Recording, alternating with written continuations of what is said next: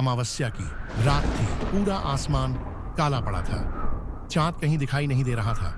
हवा इतनी ठंडी थी कि जैसे किसी ने जमीन से जान खींच ली हो। गांव के सब लोग अपने अपने घरों में बंद थे। दरवाजे, खिड़कियां सब कसकर बंद, क्योंकि सबको पता था आज श्मशान घाट का भूत निकलने वाला है। उस गांव में एक लड़का रहता था, सुमित। सुमित बहुत शरारती था।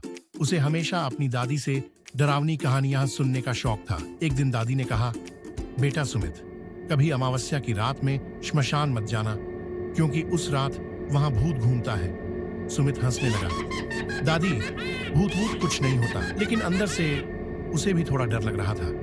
रात के 12 बजे सुमित चुपचाप टॉर्च लेकर घर से निकल गया। सड़क सुनसान थी, बस हवा चल रही थी और कहीं कहीं उल्लू की आवाज सुनाई दे रही थी। वो धीरे धीरे श्मशान घाट के पास पहुंचा। अंधेरा इतना गहरा था कि टॉर्च की रोशनी भी कमजोर लग रही थी और उसने देखा एक पुरानी चिता जल रही है, लेकिन वहां कोई नहीं था।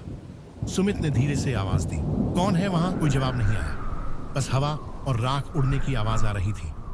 अचानक एक डरावनी आवाज आई। सुमित वहीं जम गया। उसकी टॉर्च हाथ से गिर गई और जैसे ही उसने ऊपर देखा, सामने एक सफेद साया हवा में तैर रहा था। उसके पैर नहीं थे, बस लाल लाल आंखें और हाथ से टपकती राख। उस साया ने कहा, मैं तेरा इंतजार कर रहा था।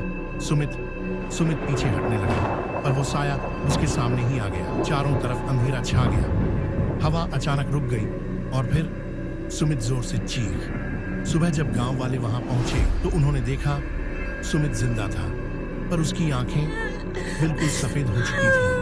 कहते हैं उस दिन के बाद से जब भी अमावस्या की रात होती है, श्मशान घाट के पास से कोई नहीं गुजरता, क्योंकि लोग कहते हैं सुमित आज भी वहां किसी को ढूंढता है। तो बच्चों, अब देखते हैं तुम्हारे अंदर कितनी हिम्मत है। अगर तुम सच में बहादुर हो तो अभी स्क्रीन पर 2 बार टैप करो। चलो देखूं कौन कौन अमावस्या की रात का चैलेंज लेता है।